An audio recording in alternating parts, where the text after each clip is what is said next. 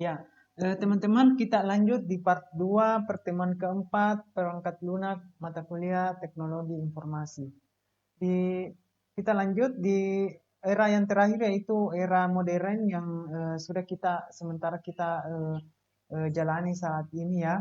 Jadi di era ini software sudah sangat berkembang dengan pesatnya, sampai-sampai kita sudah bisa mengintegrasikan software yang ada di HP ya, dengan atau di PC itu kita bisa integrasikan dengan misalnya perangkat elektronik lainnya ya, seperti smartphone, smart TV, AC, mesin cuci dan sebagainya ya.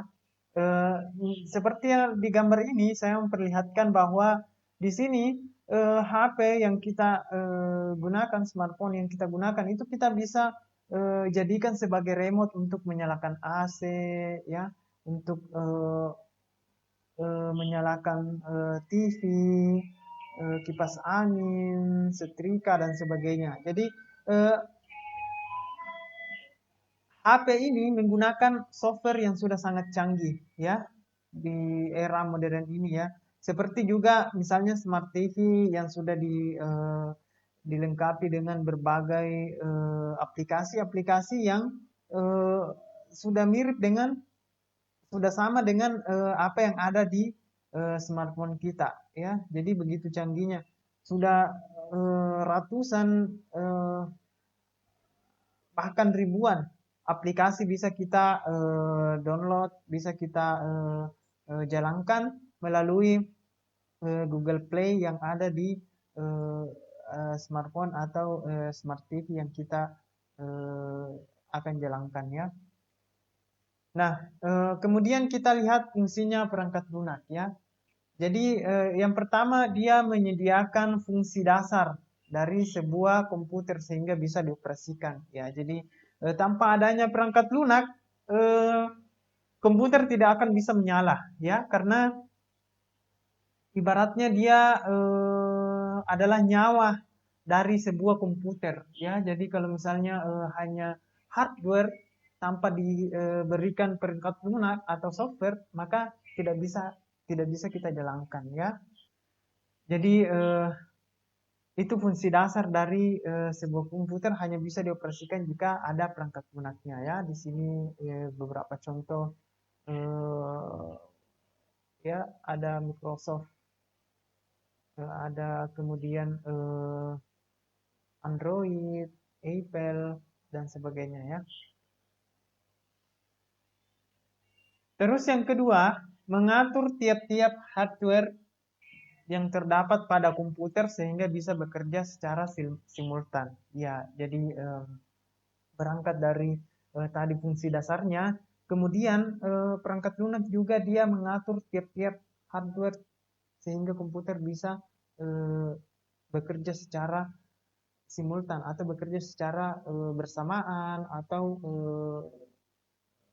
apa namanya, bergiliran dan sebagainya ya. Semuanya jadi perangkat lunak ini dia apa namanya, mengatur hardware yang mana yang berfungsi duluan dan sebagainya ya. Terus yang ketiga, menjadi penghubung antara beberapa perangkat lunak lainnya dengan hardware yang terdapat pada komputer. Ya, ini juga bahwa perangkat lunak ini memberikan peranan penting bagi komputer untuk menjalankan beberapa perangkat lunak lainnya ya di dalam komputer tersebut ya. Jadi misalnya kalau kita ingin melakukan pencetakan dokumen ya menggunakan printer, maka kita eh,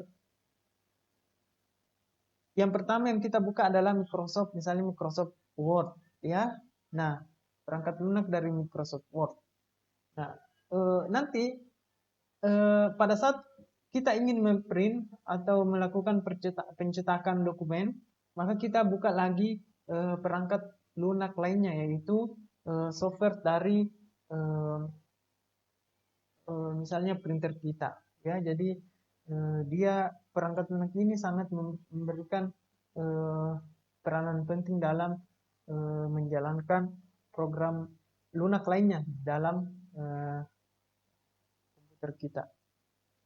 Terus yang keempat, perangkat lunak juga berfungsi sebagai penerjemah suatu perintah software lainnya ke dalam bahasa mesin sehingga bisa dimengerti oleh hardware. Ya, seperti inilah perintah-perintah itu ya. Jadi dia berupa sandi atau kode digital yang hanya bisa diterjemahkan ke dalam bahasa mesin. Ya.